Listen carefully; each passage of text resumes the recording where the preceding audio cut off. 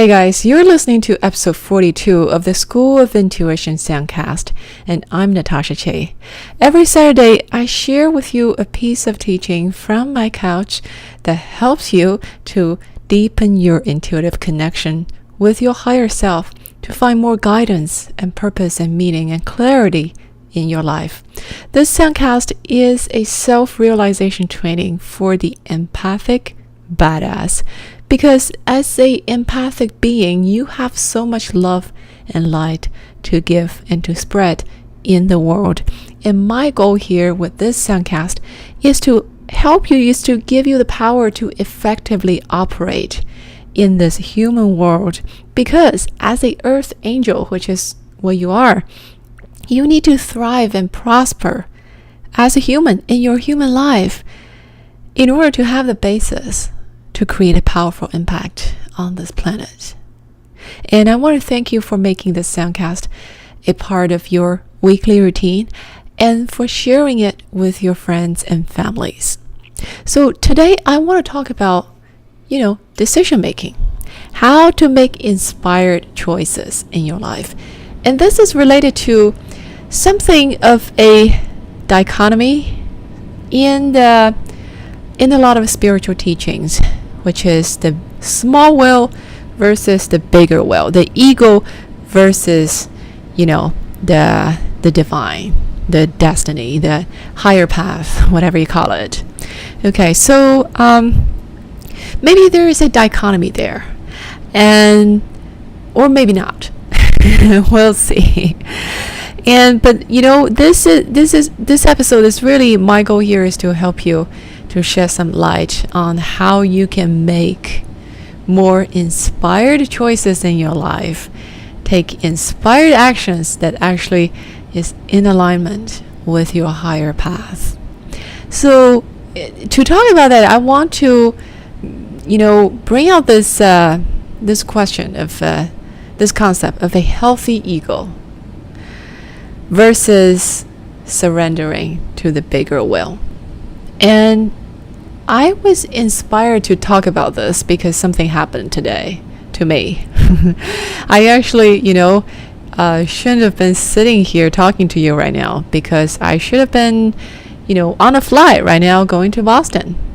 And I woke up today and I got this message from American Airlines that says, your flight is canceled because of weather. And I looked out of the window and I saw, it's all sunshine and really bright, and there's not a single cloud in the sky. I don't see any weather problem with where does that come from? I don't know. But it says my flight is canceled.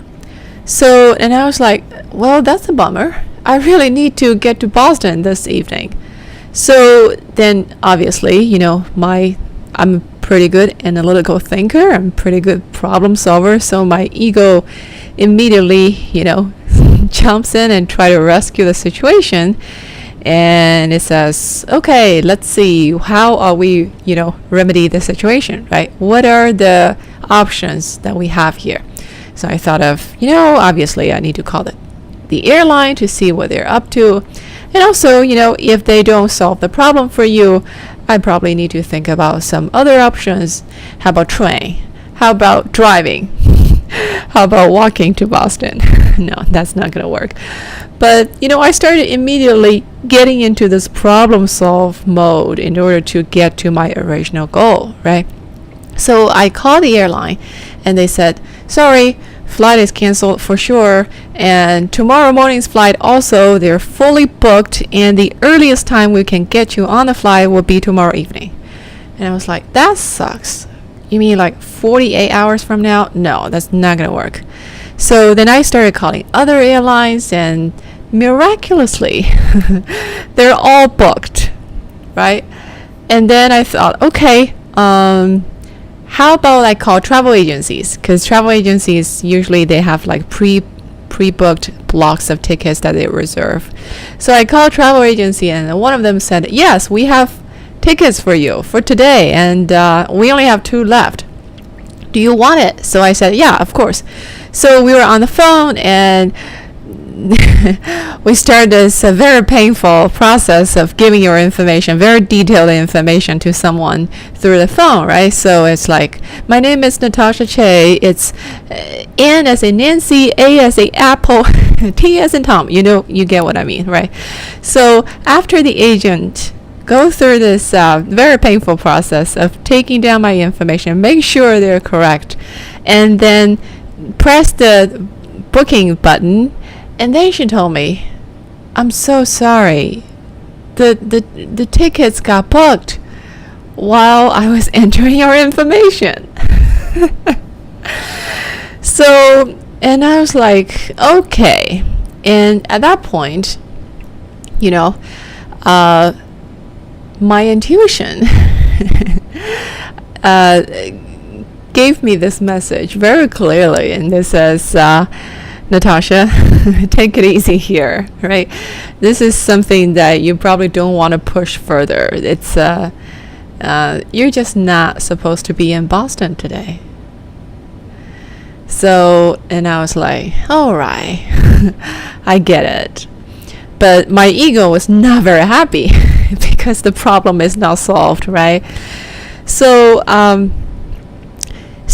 that really, you know, that incident, you know, really inspired me to talk about this today, because here's the question, okay?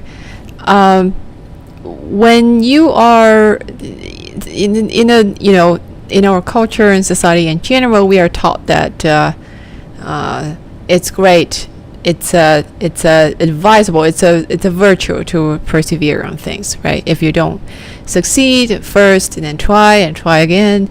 If there's a will, there's a way. You know, don't give up on your dreams, blah blah blah. And then that's all well and good. And there's also this other side of very beautiful spiritual teaching that says, you know, there is a bigger will, there is God, there's the universe, and everything has a plan. Your life has a bigger plan, so you should surrender to that will. So it gets really confusing, right, sometimes.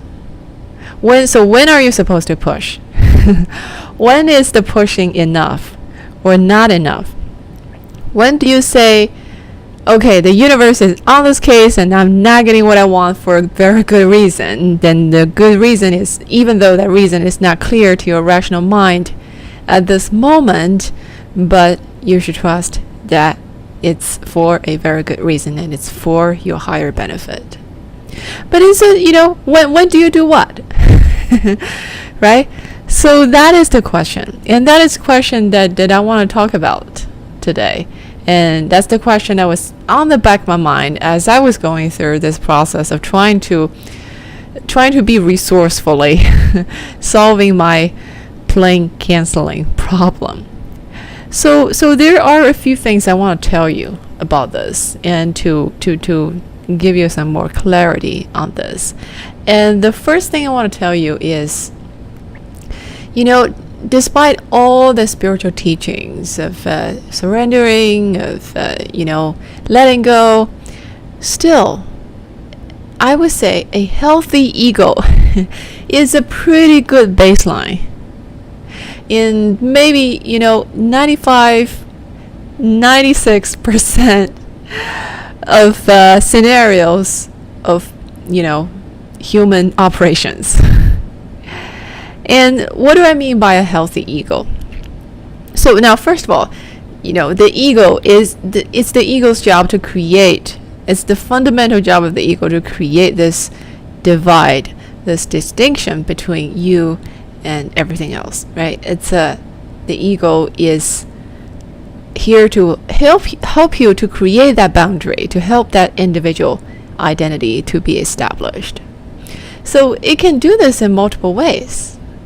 And a healthy ego means the way your ego operates, the way your ego creates that boundary, is under the assumption that if you take action on something, you're going to succeed. You're going to get what you want. In other words, that's what people normally call self-confidence. So that is the way to differentiate yourself with anybody else, because you take action, you follow your goals, you achieve your goals, you did it, right? I'm the one who did it. I made it happen. It's me. And that's the way your ego creates that distinction between you and everything else. Under this assumption. And this is a very good assumption to have, very convenient, very useful in the majority of human operations, because it motivates you to take action. And as we all know, no action, no results. That's still, how the human world functions. You can sit there and practice your visualization skills, your manifestation, whatever, law of attraction skills all day long. If you don't take action, nothing's going to happen. So having this baseline assumption that you are actually going to succeed in what you do is a very good motivator for actually taking actions, right?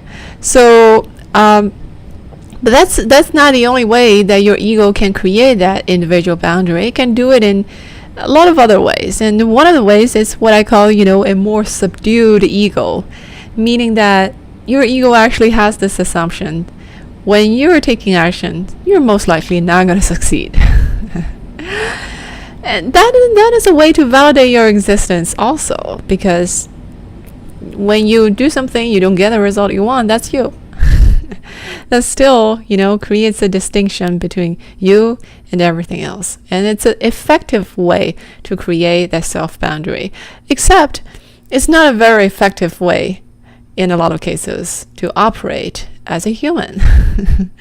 Because if your assumption is you're not going to succeed, now, for example, go back to my plane canceling example. If my assumption is that, okay, my plane got canceled, whatever I do is not going to change the situation, then I'm probably not going to take any further action, right? Why bother? So the fact that I was taking action means I actually had the underlying assumption that at least there is a high likelihood that I was going to succeed, and that I was going to get what I want out of this life, right?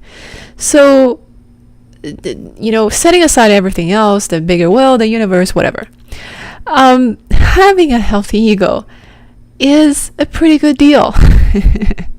Having that assumption, no matter how accurate that assumption is, actually, it doesn't matter. It doesn't matter how accurate that assumption is. When you take action on a goal to achieve something, if we look at statistics, and your chance is probably 50-50, I don't know. but having that belief, having that as your as the basis, as your baseline, it's a pretty good baseline, very useful baseline. So that's point number one, is when you have a healthy ego, you tend to persevere on things, and that's great, that's wonderful. But the second point I want to tell you is that, but sometimes it does get in the way, though. When you have a strong ego, I'm not meaning it in any negative sense. All these terms, a healthy ego, a strong ego, or a subdued ego, it's just, it's different ways, different ways your ego creates that individual identity. So there's nothing good or bad with it. It's, it's what it is. So, but having a strong ego, sometimes it may just cause you to blindly push in directions that for pushing in the so-called wrong direction for too long. So it's arguable whether any direction is the wrong direction, but I hope you get what I mean. It's just something that you may not want to keep pushing on because it's not aligned with your higher growth, with your higher path. So because your ego is not very good at discerning the big picture, that's the issue, right? It's very good at, if it's operating from a healthy assumption, it's very good at taking action to implement the actions that you actually need to take to get to a certain direction, to get to a certain destination. But it says nothing about whether that's the destination you actually want to go to, right? So it may end up building you a faster train instead of thinking about, okay, maybe an airplane. So that's just sometimes, in a lot of cases, it does happen is when you don't get something you want. After you repeatedly tried it and, go about it from different angles and try to put the puzzle pieces together in different ways, and you're still not getting what you think you needed or what you think you wanted, there is a wisdom that it's sometimes it's just wise to trust that, the universe is actually helping you by not giving you what you think you wanted, because your life has a bigger plan. And that's something that's sometimes that's just, you do need to surrender to the bigger will, because you didn't know what you were missing while you were pursuing the goals that you thought that you really wanted.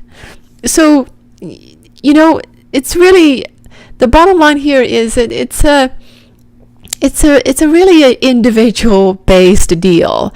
I cannot tell you with absolute truth of this applies to every situation, because every situation is different and we all wired in different ways. Now, this is the limitation of doing a broadcast like this, because I'm talking to a lot of different people and each of you is wired in some sort of, in slightly different ways. And if we are on a one-on-one session, what I do with people when we are in individual session is I tapped into your higher self, I connect with your higher self, and I actually look into what you actually need at that moment. But since we cannot do that right now for everybody all at once, there's still, I think, there's some general principles that I want you to look at. Okay, how do you discern? So the question is, how do you discern exactly what you need? Do you want to? Does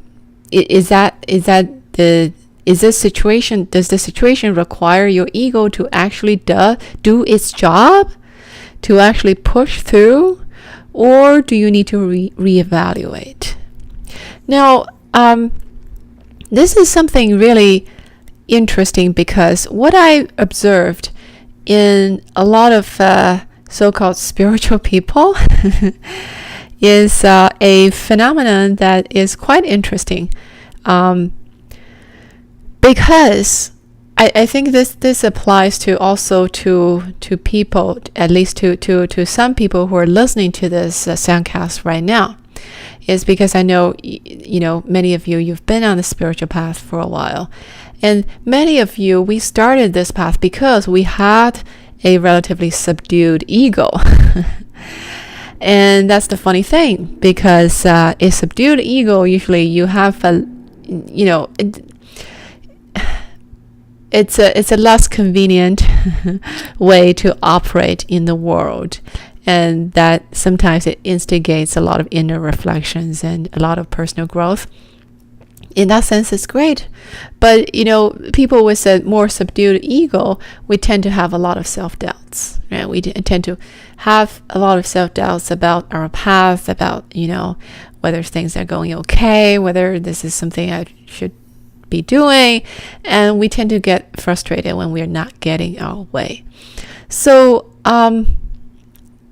and personally, take my own example, I think in a lot of cases I have a relatively healthy ego in some areas of my life, especially related to career and problem solving, but in other areas not so much. So here's the phenomenon of people who have a more subdued ego. When you're getting acquainted with some kind of spiritual teaching, and it tells the principles of surrendering, of the universal will, but things become tricky when you're acquainted with these teachings on a superficial level. Basically, you get a concept, you know how it is on a conceptual theoretical level. You can recite the teaching very well. You have a intellectual understanding of it. But sometimes people are really connected to their deeper truth of it.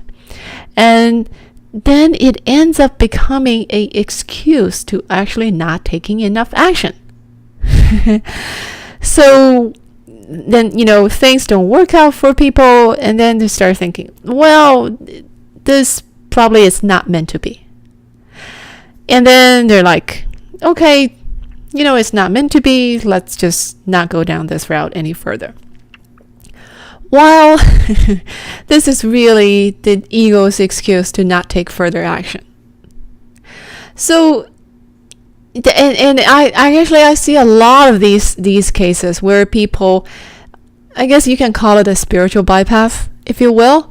People use this concept of surrendering, of letting go. The ego can use it as an excuse to give up on your goals that you should probably be better off persevering at.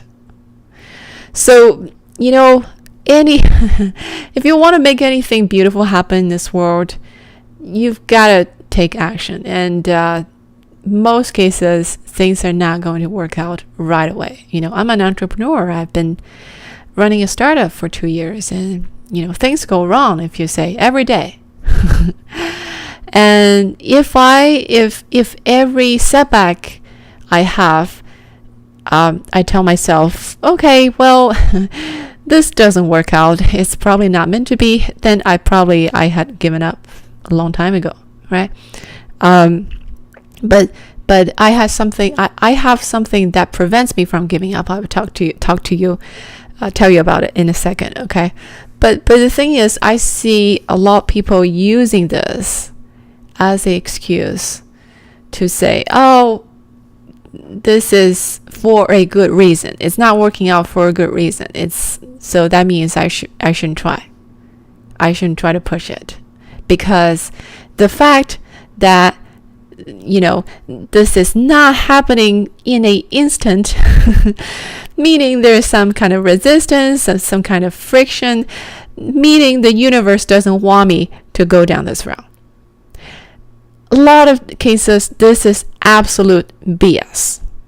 I can tell you, this is just people using spiritual principles to delude themselves, to actually cop out of taking action.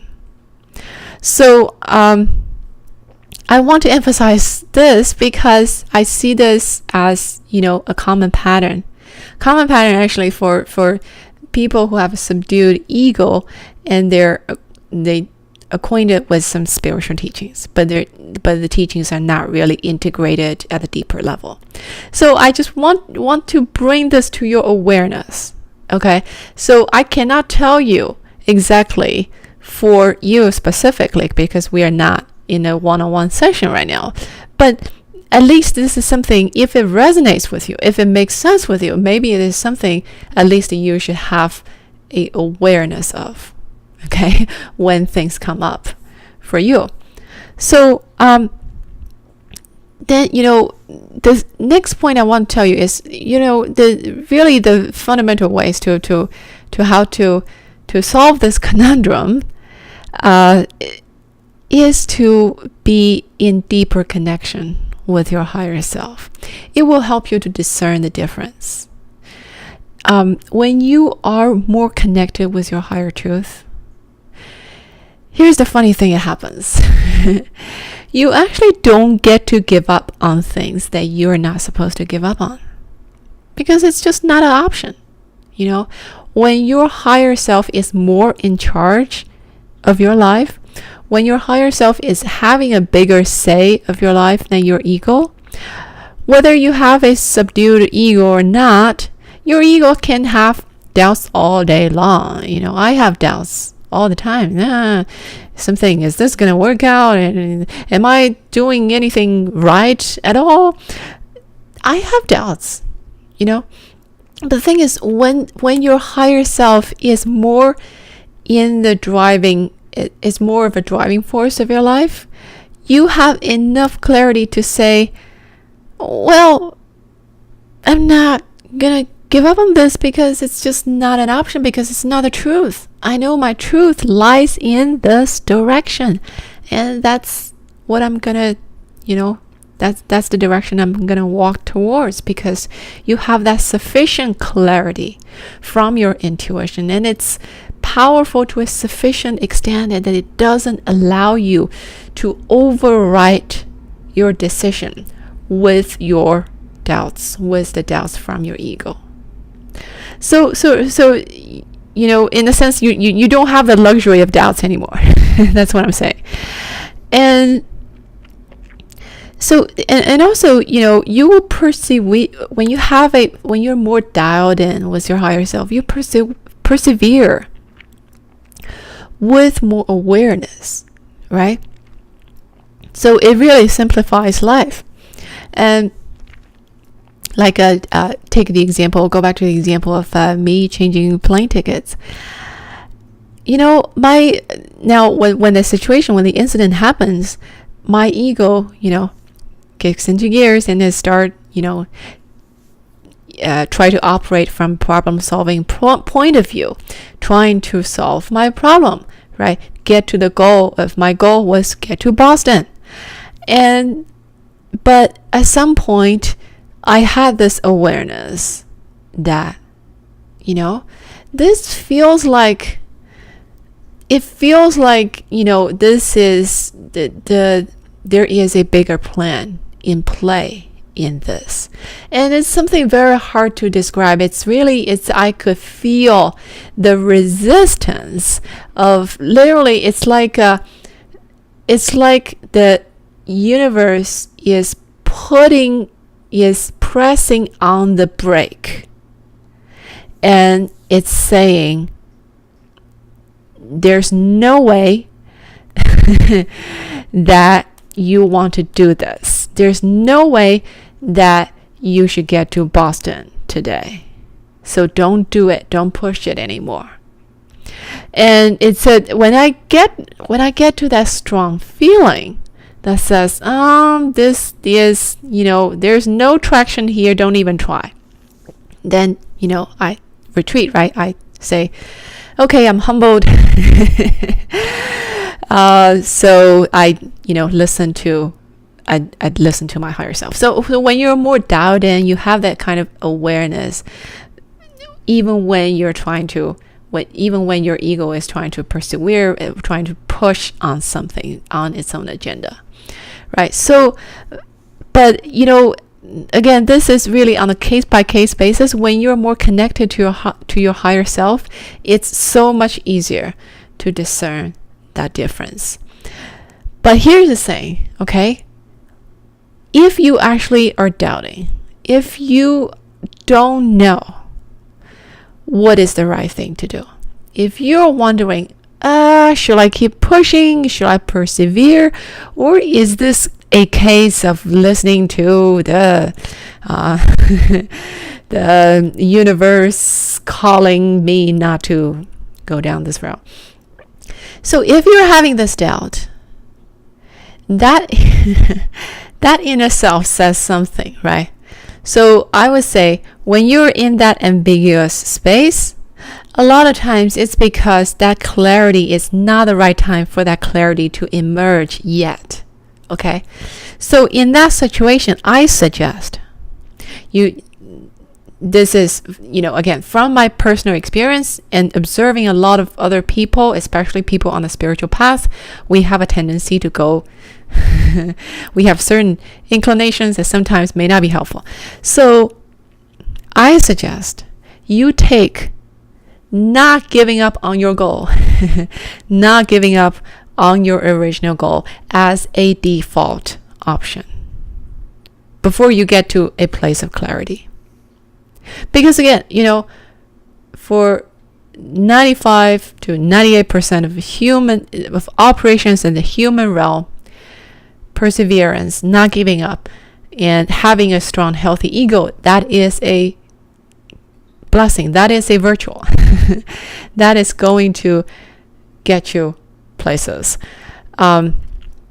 there are a lot of caveats in this. Obviously, we've already talked about, but all I'm saying is, if you don't have clarity, if you don't have the clarity of what exactly is the right path, that is a good default. Is you should keep pushing. You should be resourceful. You should, employ your mind, employ your ego to try to figure out a solution to this puzzle that you're trying to crack. And that is, in most cases, I would say, a pretty good default option. And again, the more connected you are, the less of a confusion this is. And in my Power Mornings audio course, I walk you through a series of practices to help you to get more tapped into this connection with your higher self, to help you to get more dialed in to into this connection, intuitive connection with your source, with your deeper truth on a daily basis, because it is a practice. When you have that, set the intention to actually establish that connection on a daily basis, it gets easier over time, and it really helps you to live in a more effortless space, to have a lot more clarity and a lot more ease and grace in your life, among other things. So you can check out the course, the Power Mornings, by going to natashache.com/morning. And that's all for today's episode. And again, I want to thank you for making this Soundcast part of your weekly routine. And if you have someone in your life that you think this is something that can help that person, whoever that is, I hope you can be generous and share this with people in your life. Okay? So that's all for today. I will talk to you next time.